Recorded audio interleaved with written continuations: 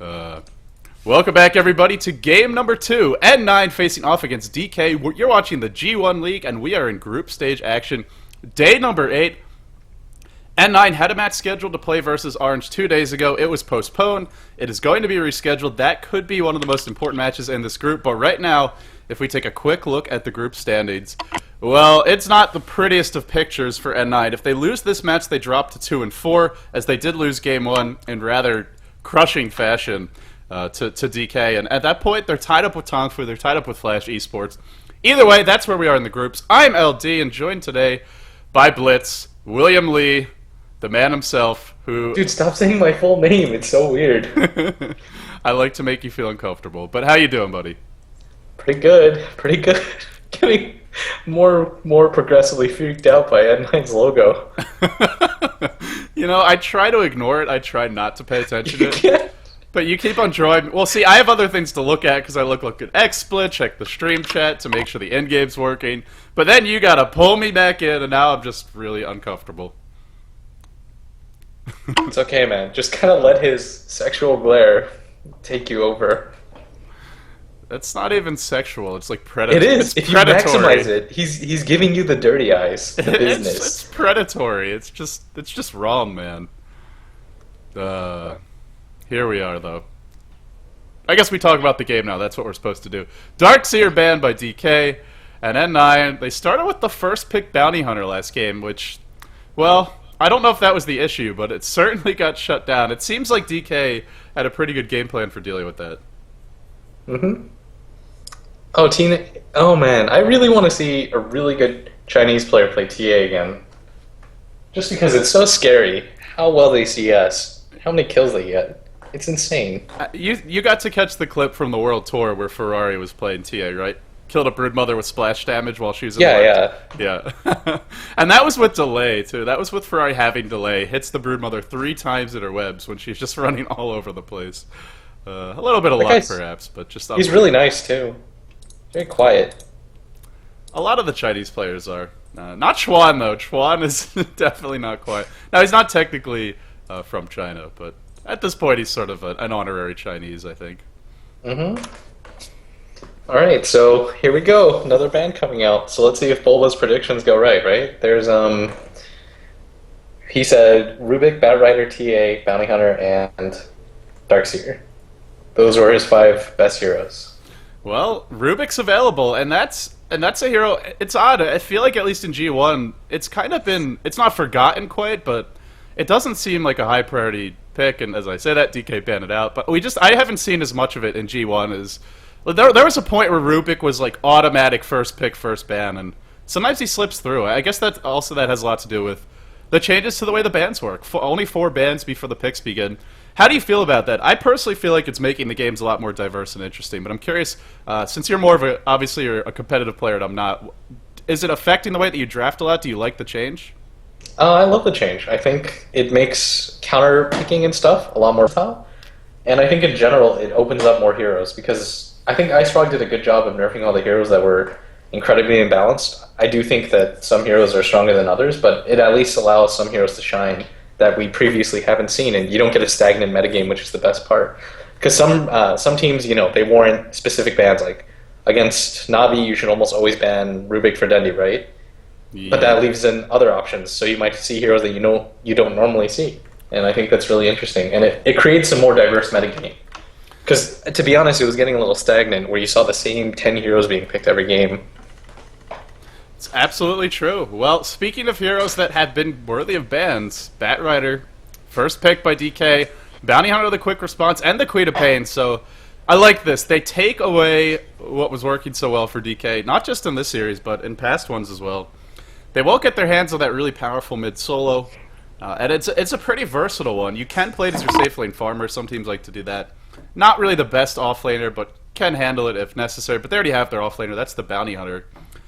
And this Bat Rider, I'm curious how DK is going to run it. It seems like most of the Chinese teams are running it either as an offlaner or just as sort of a jungler. Sometimes they'll give him a level or 2. Whoa, okay, forget about all my discussion of Bat Rider, because we have an Undying. Sound the Undying alarm.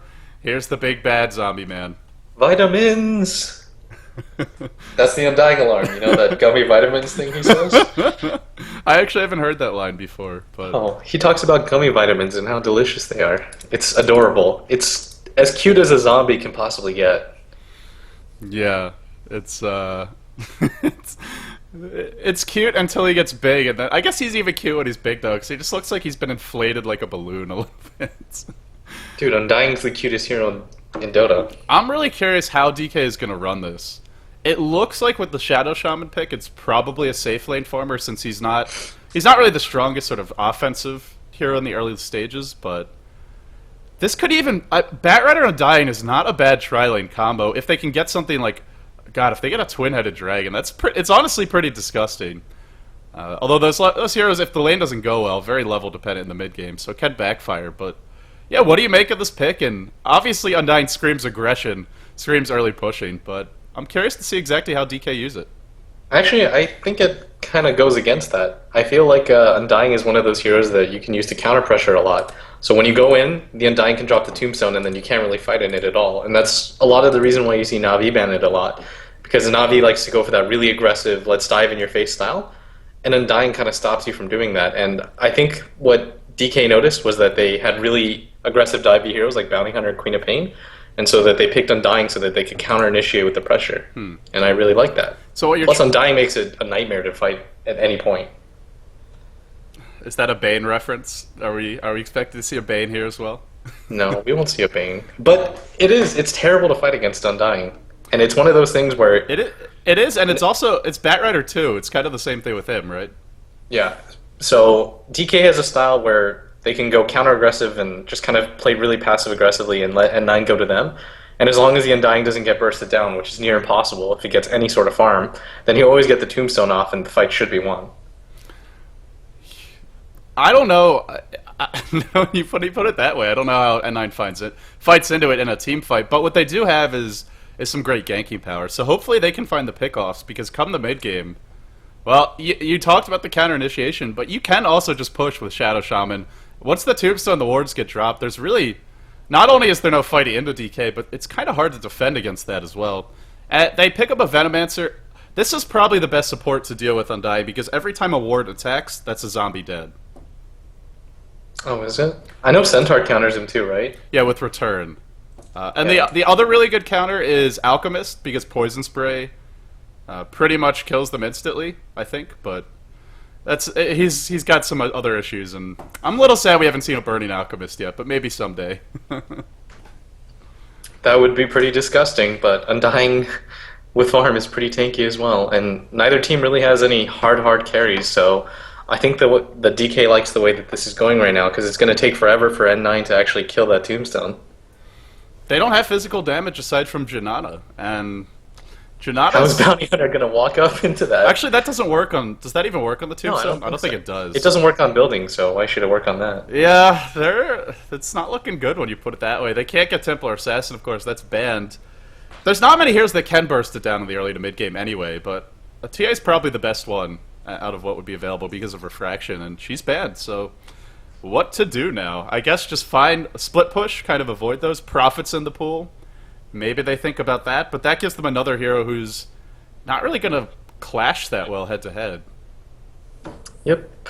Really liking DK's draft. That Undying just makes things so difficult. Because what I liked at 9 is that I feel like when you're the underdog, a lot of teams just kind of play it really safe and standard. But N9 saying, we're going to play really, really aggressively and just go for broke here. And Undying kind of throws a wrench into that. Right. Counter initiation is going to be pretty disgusting. So, as we look towards the second stage of the draft, it looks like DK is one of their big farmers. Batrider, sort of probably that 3 position for the team. So then they're looking at a solo mid. They're looking at probably another support of some kind. There is an Enigma in the pool if they want to go more heavy on the push. Not sure that would really be necessary or the best choice, but aside from that, both really all the junglers are available. Chen and Enchantress are here as well, and I kind of feel like Chen, if they want to go for some sort of push cheese, not that they need to, but if they do, Chen, Undying, and Shadow Shaman, once they all hit 6, how do you fight? Yeah, there's no real way for them to fight. They have the best team fight right now going for them. I'm glad that they at least DK took out the Venom for them, but There's still the Chen, there's still the Enchantress. Oh, and There you go. as soon as I said that, I knew they'd take one of them. It's too good not to take a jungler with the lineup they have right now. So maybe it's even a Batrider solo mid then, which would get me really excited. Just because they have the Chen, so he's going to be in the jungle. Undying, Shadow Shaman to sort of... You're not going to throw Batrider into the jungle. I guess he can share the jungle with Chen at the early levels, but I think not really optimal, especially if you want to do pulling in that safe lane, which you really do with Shadow Shaman. So maybe Batrider solo mid and then something else for the off lane. What to do, what to do, what to do. Yeah, how do you respond to this if you're N9? Like, what's the thought process here? They picked Undying, we're so screwed. Alright, let's try and move past that. Okay, you need some sort of physical DPS right now, because fighting against wards in the Tombstone and just like the Chen heal it's a nightmare. So they need some sort of physical DPS. I would try to avoid getting into straight 5-on-5 fights and just kind of get into pickoffs with using Queen of Pain and Bounty's mobility, and trying to just get heroes that can kind of spam out the lane without them being there, because you need some way of killing the creeps to stop a push, right? Right. And right now they don't really have anything like that, because Queen of Pain has to get really close to scream everything. Like, to stop a push, you don't just need defensive heroes that, I don't know, that can just like sit behind the tower. You need something that can clear creep waves, at the very least. And this is a bit of an aggressive pick. Enchantress, you talked about how DK can punish aggression. N9 picking probably the most aggressive jungler in the game. And DK rounded out with a Luna, so another kind of death ball hero. This should be their farmer, so it's going to be a burning Luna. Now, I gotta say, I think they ran this once at the International, and it didn't work too well, but it wasn't with a Batrider, it wasn't with an Undying, and especially it wasn't with the new Batrider and the new Undying. So, I'm burning Luna, man. This has got me all excited, and how are they gonna lane this? What are you thinking? Is it who's going mid? I guess that's the big question right now for DK. Who's gonna go mid? I don't know. They could do Luna bottom, Chen obviously will jungle. They could do Rasta Undying middle or top, or it doesn't really matter where you put the Undying, because as long as the Tombstone gets off, then you're perfectly fine. The farm priority doesn't need to exactly be there for him, so I'd assume, yeah, it looks like the Rasta's going to go mid. Solo mid Rasta, this is not... Since Super is the super solo mid player, right? Oh, yeah. So I think MMY is just going to play support Bounty, or not support Bounty, support Undying. Now, it is possible N9 could punish that solo mid Rasta. They have an Enchantress. They have, if they want to run a dual lane mid and, you know, maybe put Queen of Pain as the safe lane farmer, Veno CK could give Shadow Shaman fits, so this may actually open things up a bit for N9. I feel like they can get some kills in that mid lane. Yeah, one of the really good things about playing against a team that's really well known like this, where you know that every single role is kind of established, Super's their mid player, Burning's their farmer, it kind of reveals a lot, right?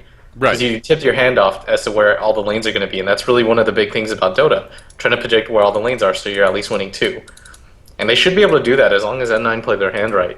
Because they know that Super should be going mid, Burning should be going bottom, that should be a support Undying, long lane bat, I guess. And that kind of makes it so N9 should be able to play around this at the very least. Let's see if they can pull it off. For N9, we have FZ, the stand-in from Invasion Red. He'll be playing the Queen of Pain. 2 salves picked up. Risk on the Venomancer, Sentries, and Observers. They're all heading down to the DK jungle. Wonder if there's any chance they would do an aggressive tri-lane here. Bounty Hunter being handled by Winner, the stand-in from Orange. godz on the Enchantress. Smoke picked up for him. Basquero with the early rate of Besides. Everything about N9's items pretty much screams aggression, early fights, early pushes. And it looks like we're about to have a clash, perhaps. Yep, Winner's just going to scout ahead. They do have a sentry, but not once planted yet. And oh, big fight breaking out. Gale's going to hit on 2. Kung Fu Panda dropping low, but the first blood actually claimed by Burning. The Chaos Knight drops. Now Winner on the back foot. Bernie went for the Lunar Blessing at level 1, which is normally what we see, but already had it selected. Didn't wait to skill that, and God, they all were hitting so damn hard. They get the first blood. And what looked like a decent fight for N9, they jumped a hero. Unfortunately, oh my goodness, look at the decay damage. How many stacks did he actually have? He's got 1,000 health right now, plus 27 strength, and he's still got half his mana pool left. Just Undying, too good, man. Yep, and they actually got the first blood for that, and they traded a Bat Rider for a CK, and if that's a long lane Bat Rider that I thought it was, then that's a really good trade for them. Wow. Now, Undying is a very powerful level 1 hero if he hits multiple heroes with DK, but... God, did he hit multiple heroes? I think he had 8 stacks by the end of that fight. So now N9 running a... This is not what I expected from them at all, to be honest, but a dual lane bottom against a tri-lane with a Luna, and Undying... Support Undying, and just Die handling it. Who can do a bunch of pulling. The other issue for N9 is they never got the camp warded during that fight. Or if they did, it's been dewarded. I didn't actually catch that because of the action breaking out. So they're running a dual lane in a lane where there can be lots of pulling, and they can't get aggressive because, like you said, Undying's the best hero to counter that. So this bottom lane, not looking too good for N9 for the word go. Yeah, you can't really run Enchantress as an offensive jungle like this, especially when you already have a Chen in there, because the roster can kind of just transition down and it turns into a 4-on-3 fight, whereas FC has a more difficult time getting into that jungle, whereas Super kind of opens things up for them, so he kind of has to play this passive jungle godot. But Bat Rider against Bounty Hunter isn't really an ideal matchup for them at all, as Bat can just kind of force him out of the lane repeatedly. And here the smoke will be revealed momentarily. That means Godot and Winner can make a go on Kung Fu Panda. Kung Fu Panda dropping low. Will he die to this? Flying into the trees. Will be breaking down those trees. Even if he dies, he's wasting a lot of time, and they don't want to fight in the flames. One more auto tech, not enough. He gets up onto the cliff. That is so stupid. That is he's cliff skating, man. Bat Rider, no problem for him, and he's going to escape. Tony Hawk style for this guy. Yeah, I really don't think that should be possible. Because any other hero would have been dead right there, except Bat Rider, and that's kind of what makes him great. That you can abuse the terrain like that. That's some next level abuse. He was just living on the cliff. And now, let's see. So the bottom lane, Burning getting free farm, 6 CS per minute. Just about, and in fact exactly. Super controlling the runes. He's going to pick up a DD rune. Already has his bottle picked up. Boot soon to follow. They still haven't made a go on Super, and it's going to get harder later on. Kung Fu Panda, in fact, getting aggressive onto Winner. The safe lane farmer for N9. This is Bat Rider just being a total pain in the ass. He's got sentry wards. He's going to go for a kill. Oh my goodness, if he pulls this off. And in fact, Winner is so slow. One more auto attack. Not quite going to bring him down. There's no flame break just yet. Godot going to be able to usher him away in the end. But when the offlane Bat Rider is manning up like that and almost scoring a kill, the lane is not really going according to plan. Yeah, I think they thought that this would go better than this, and Kung Fu Panda might have died by now, but he's doing a really good job of just kind of forcing Winner out of the lane. They should be able to pick up this kill, though. Kung Fu Panda will drop to the Ursa as well as the auto attacks, so they get something in that top lane. But I feel like the damage is sort of already done. He's just harassed this Bounty Hunter so much. We'll be picking up his boots. And he's gotten a lot of levels, too. Bat Rider sitting at level 3 at 3 minutes in. Not bad work for your offlane hero. Super picks up the boots, is level 4. And the question is, once DK gets the roster wards up, how does N9 stop them from just knocking down towers as a group? They don't have Tombstone. MMY's gone for Soul Rip. This is a little bit odd, but I expect by level 4 he'll go back for it. It's okay, because even though he did go Soul Rip, as long as they go on the Luna, he can just kind of Soul Rip him back to full health. Because Luna has such a small HP pool. Look at the HP pools of these N9 heroes. Yep, it's really low. And one of the worst things right now is that they're trading a short lane Bounty, who's actually not farming that well. He almost died to the Bat Rider, and the Bat Rider did die, but look at their short lane hero. 26 CS for the Luna, and a whopping 1 right now for the CK.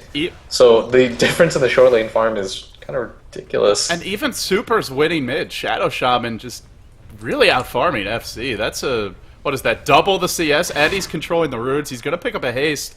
And they're low. Luna's level 4. With this haster, and they maybe pick up a double kill momentarily. There's no vision for the Dire in this bottom lane. The wards that they had were all taken care of by DK, who've done just such a great job. The supports, he talked about it last game, they're doing it again here, keeping N9 in the dark, which means if they want to be aggressive, they really can't. And if they play passively, they can still get ganked without knowing it's coming. Super, even thinking about going down on FC, he is going to hit him with the Ether Shop, creep onto Hero, and does some decent damage.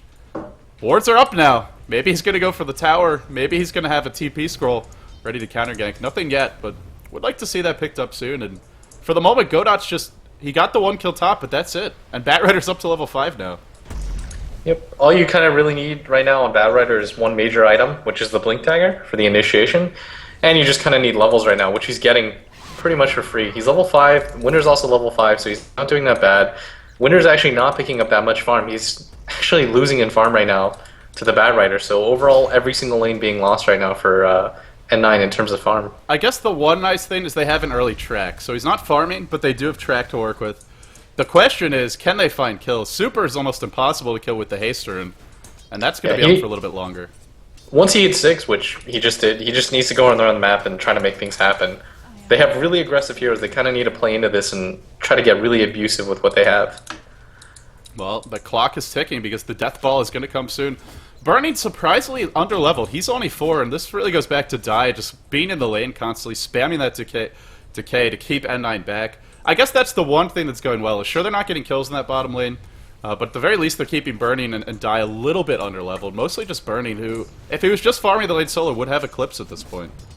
Yeah, and I don't actually think they're too concerned about it considering the amount of farm he's getting, and MMY is just there so the Gale and the CK stun doesn't hit and kill him. Which is, you know, it's still pretty possible. That's a lot of burst damage you've got going. Yeah, I'm kind of trying to look at the positive side. Super's getting a caught. He does have a Haster. Is in fact going to turn this around onto FC. It will not drop, and they get the track kill with 2 heroes. Beautiful play and something that N9 desperately needed. With the Haster used up as well, so can't even use that to gank the ward's waste. It can't be farmed by N9. That is a pretty, as far as solo kills go, that's as big as they get. Or not solo kills, but single hero kills, I mean. That's kind of what they need to get started. They got a track kill, they got the kill on the solo mid hero, and that's exactly what they need. And they need to start going around the map right now as soon as Winner has his track up every time and just kind of going around. They can't really fall into unsuccessful ganks right now like they did at top. And the CK still doesn't have boots and is only level 4, so it's a little difficult trying to dive with him. He actually just hit 4. He was even 3, right as you said that. Just so under-leveled. Compared to the off-lane Bat Rider, who's 6, he's got Lasso, he's got his Tranquil boots. And even if he wants to go in, there's a Luna who should have her Eclipse soon and can probably TP counter-initiate. Chen's got Hand of God. And of course there's an Undying. I'm surprised, honestly, that we don't see more TPs on DK, but they're confident that just with Firefly, Kung Fu Panda can't be ganked. Yeah, they're kind of just leaving him up there to his own devices to kind of hold the lane and get farm where he can. And what that does is it makes it so that he's kind of the center of the focus right now. But as long as he doesn't die, Luna gets free farm time. He just sits there and farms. It creates space. It's excellent. So as long as he doesn't die, they're good. By the way, I think we mentioned this last game. Burning is farming again. He's 49 out of 31. Said nobody.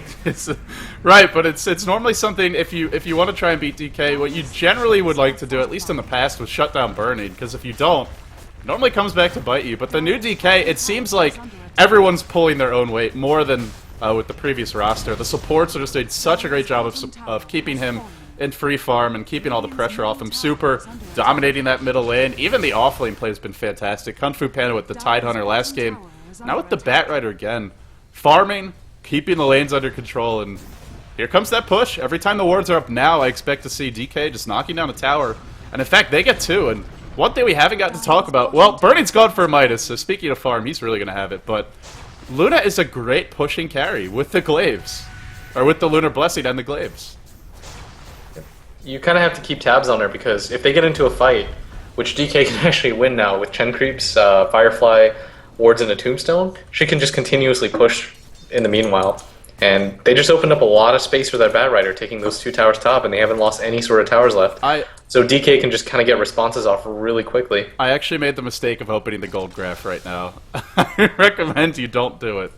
Why, is it that bad? Oh, man. It's... It's 3 to 1, and graph is even, it's 9 minutes pretty bad too. Yeah, it's really not looking good for them right now. Tombstone gets dropped. Probably not the... maybe a little bit too close up. No, it's going to be fine. Like you said, the lack of physical DPS against Tombstone, you can't bring it down, and even only 400 health, it doesn't seem like a whole lot, but with 4 armor and with no heroes to deal with it, this is another tower. So every time the Tombstone gets dropped, it's a tower. Every time the wards get dropped, it's a tower. And heck, every time Chen shows up in a lane, it might be a tower. DK have 3 towers already. They're going to go straight for 4. And N9 just can't take a fight. DK just in absolute control of this game right now. Yeah, how do you go on the Luna? That's the issue right now. They don't have any levels, any damage, any physical damage. And as soon as they go on the Luna, as long as the Undying's alive to cast the Tombstone and the Soul Rip on her, and the Chen gets the heal off, then she's sitting pretty the entire time. And he's got a mech coming too soon, the Chen. He's about 400 gold off. So So Chen has done an excellent job in the jungle, too, of getting his levels. And unbelievably, they still haven't gotten the tier 1 top, which Batrider made it hard to push into, but this could be the kind of game where you just never get a tower now that DK has their levels and items up. Because they're going to start pushing this top lane. The creeps are going to be sort of, the equilibrium will be forced towards the N9 side. And the one thing about Enchantress is, if nothing else, you can knock down towers in the safe lane, but she didn't opt to do so, didn't really focus too much on it, and now Burning rotates to the top lane. Everybody for DK just being so efficient with their time.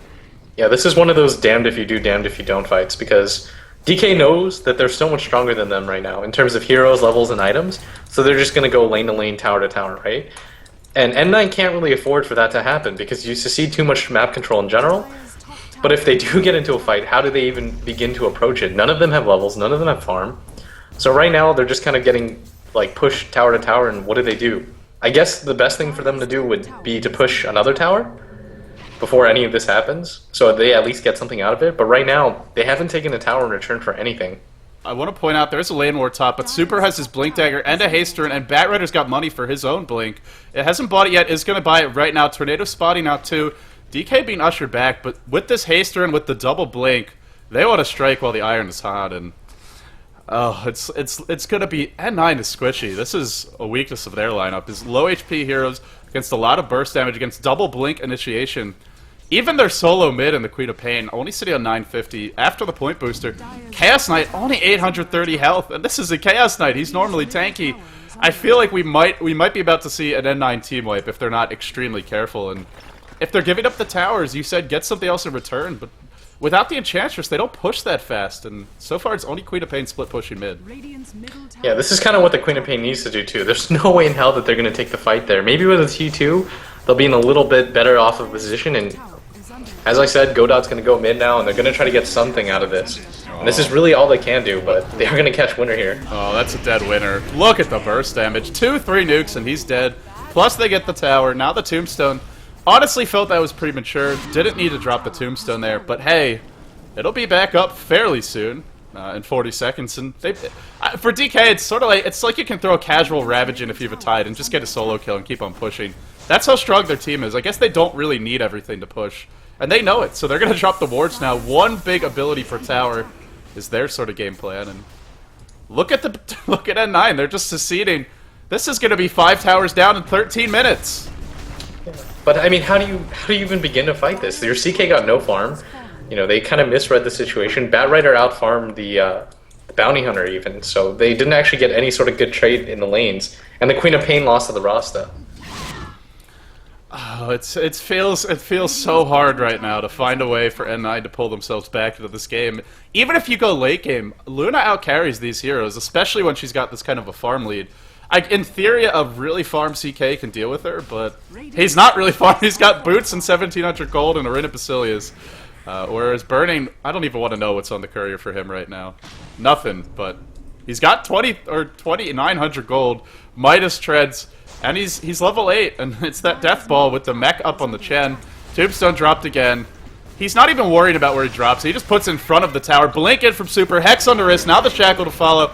The Lucent Beam coming out. Meanwhile, in the back line of play, Queen of Pain, not even the back line, on the bottom lane, finds a solo kill. Or not a solo kill, but a kill nonetheless. On the Batrider, so at least they don't have to worry about the Blink Lasso, but that's a very small at least.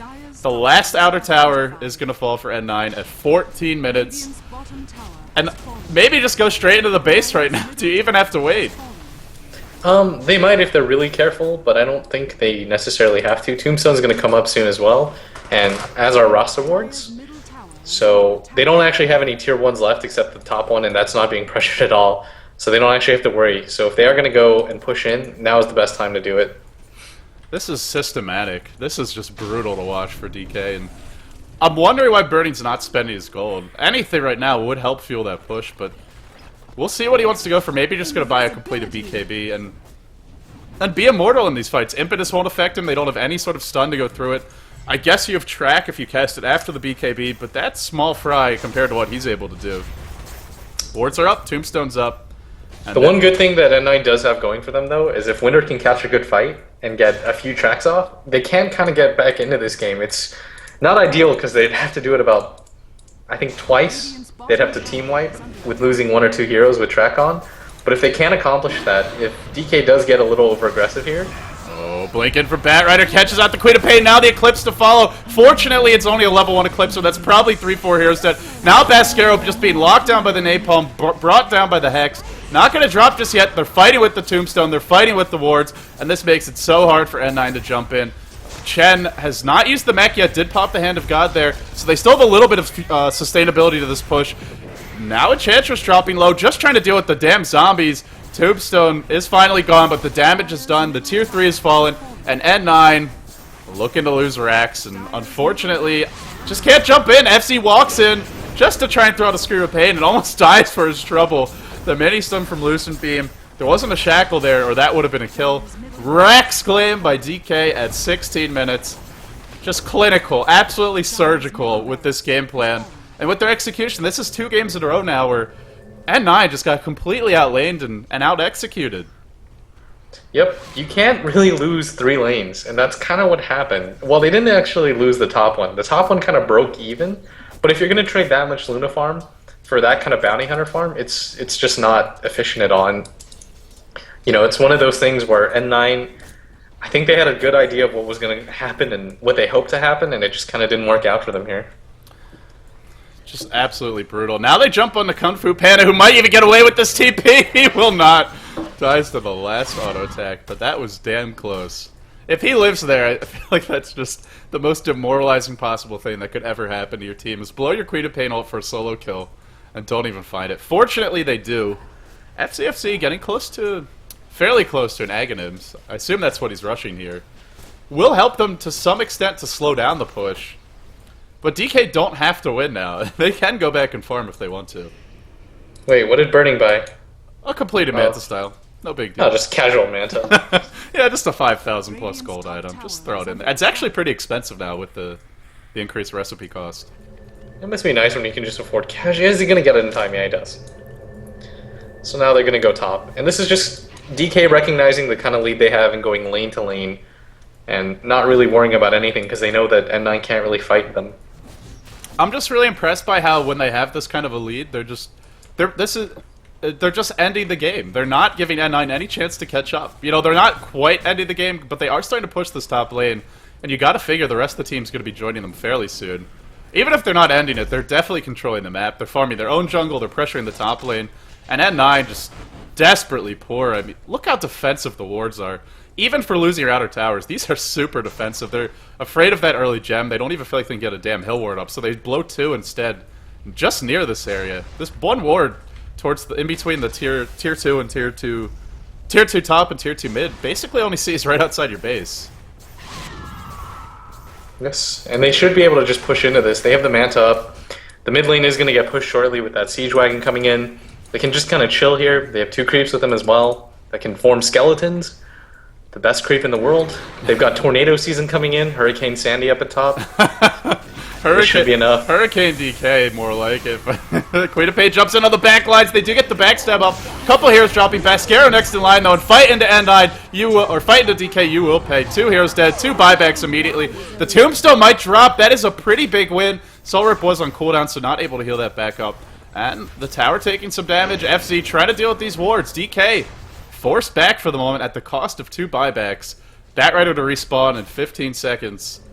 And maybe DK is going to wait for the next set of wards. Blinking from Super, catches out Winter, has the shackle. There's the Lucid Beam to follow, but Winter actually tanking pretty well. More nukes coming out. FCFC jumps in. FCFC wants to run the hell away, and he will. Casual cast bolt lofted in there. MMY taking a little bit of damage, but he'll be okay. And at 9, it's back to the base for them. They got to deal with this mid push.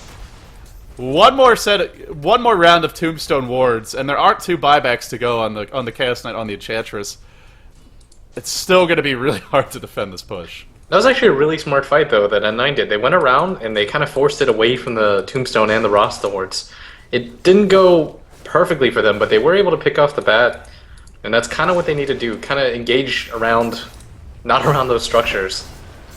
Unfortunately. The Tombstone's back up, which is pretty much It's unfightable here. Dropping fairly fast. godz just focusing the tombstone this entire fight. FCFC with a beautiful open. Everyone's back to full health. The hand of God, the mechanism. Everyone's gonna drop. godz being mauled by these zombies that support Undying. Just look at the zombies. They're everywhere. They won't stop. They can't stop. Now on to Pescaro. Super gets stunned. Super, mini stunned anyway. He'll survive in the end. The Chaos Knight barely makes it back to the safe confines of his own fountain, but the damage has been done. 2 lanes of Rax claimed by DK. 7-6, but it feels like 70-6 just with the sort of crushing inevitability of this game after the 10 to 15 minute mark.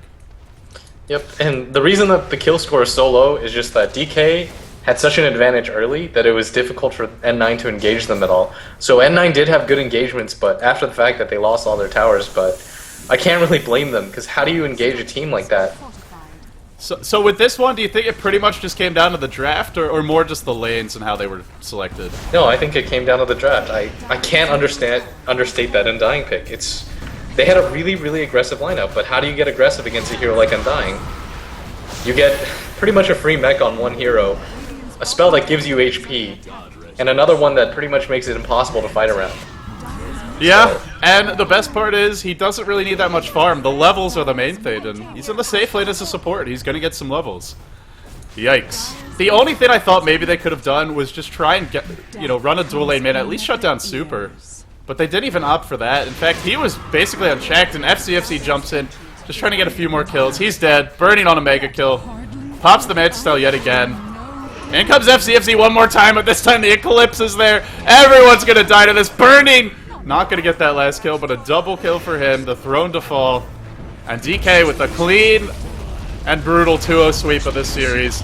They are now looking to be in firm control of either that first or possibly second place slot, depending on the result of Orange versus N9. Yikes, painful. And I think Blitz is going to get his much-deserved sleep now. But before we go, I just wanted to say, big thanks to you, Blitz, for coming on and casting with me. I think everyone enjoyed your insight and not just hearing me talk to myself for a couple of hours. Thanks for being here, buddy. Who are you going to get next? I might be solo casting the next one. I'm not sure. I'll do my best to find a co-caster, but it's 8 a.m. in the morning, U.S. Eastern Time, so slim pickings, I think. Not many people up at that hour. Wait, I might have somebody for you. Do I want to cast with this somebody? Yeah, it's AUI. Oh, sure, I would love to cast with him. That'd be awesome. He might be doing homework right now, though, because he's still he's still a schoolboy. The next match isn't until 8 a.m. Eastern, so... So it's not right after this match, but oh my god, it's 3 hours from now. Yeah, that's every day. It's 3:30 a.m. Eastern. Are you kidding me? Never mind. Who's gonna be up? That's what I'm saying. Maybe someone from Europe. But all right, Blitz. Before we go, I just want to ask any shout-outs you have to give. Anything you want to say to all your fans out there? And guys, if you're not already doing so, follow Blitz. Twitch.tv/blitzdota. You can subscribe to him if you want to support him and make esports a career for him, or just show him some love. Or more importantly, I think, follow him on Twitter, twitter.com/blitzdota. It's Blitz_Dota. Some Russian guy. Is it really? Oh, my bad. Some asshole Russian guy refuses to give me Blitzdota. But it's like camping websites where you register a website and then you try and extort organizations for a lot of money. Yeah, thank you everybody for watching. Everyone that supports my stream, it does mean a ton to me. Like I don't know, I always feel bad because I can never pay anybody back that follows me or subscribes to me. But thank you from the bottom of my heart. It does mean a lot to me that people are willing to watch me still, and I haven't gotten old or anybody doesn't find me bothered or anything. If you didn't enjoy my casting, I'm really sorry that I ruined this game for you. And LD is the best caster, so I always feel bad when I kind of have to get in his way of casting. But thank you everybody that watched me. Thanks for the people that watch today, the entirety. Continue to watch. You support esports, and without you guys, honestly, it's not the players, it's the people that watch that make this possible. So thank you. And thank you to Kurt, AUI2000 for watching, and Matt, Hayoko Weber, my BFF at Team Liquid. So thank you. Yeah, he's my BFF too. All right, guys, that wraps it up for this game. Let's take a quick look at the standings. DK now advancing to a 5-1 record. If Orange beat N9 2-0, then DK and Orange will still be tied neck and neck, and they split a 1-1 series. So at that point, it would come down to the final match for both teams. We could be looking at a bunch of ties in this group. I believe it's possible to end up with this group being... Oh, and N9 is 2-4 now, so we have a potentially Potentially a two-way tie for first place and a three-way tie for last place. Group B is pretty interesting. Remember, it's a one team out of these 5 gets eliminated. But that will wrap it up for DK versus N9. We'll be coming back to you guys in 3 hours' time, just a tiny bit less. Wait, no. Somebody said it was at... Wait, never mind. Somebody said 5 a.m. Eastern in the chat. Are you I'm pretty sure 5 a.m. Pacific time. Oh, God. Is someone going to be awake?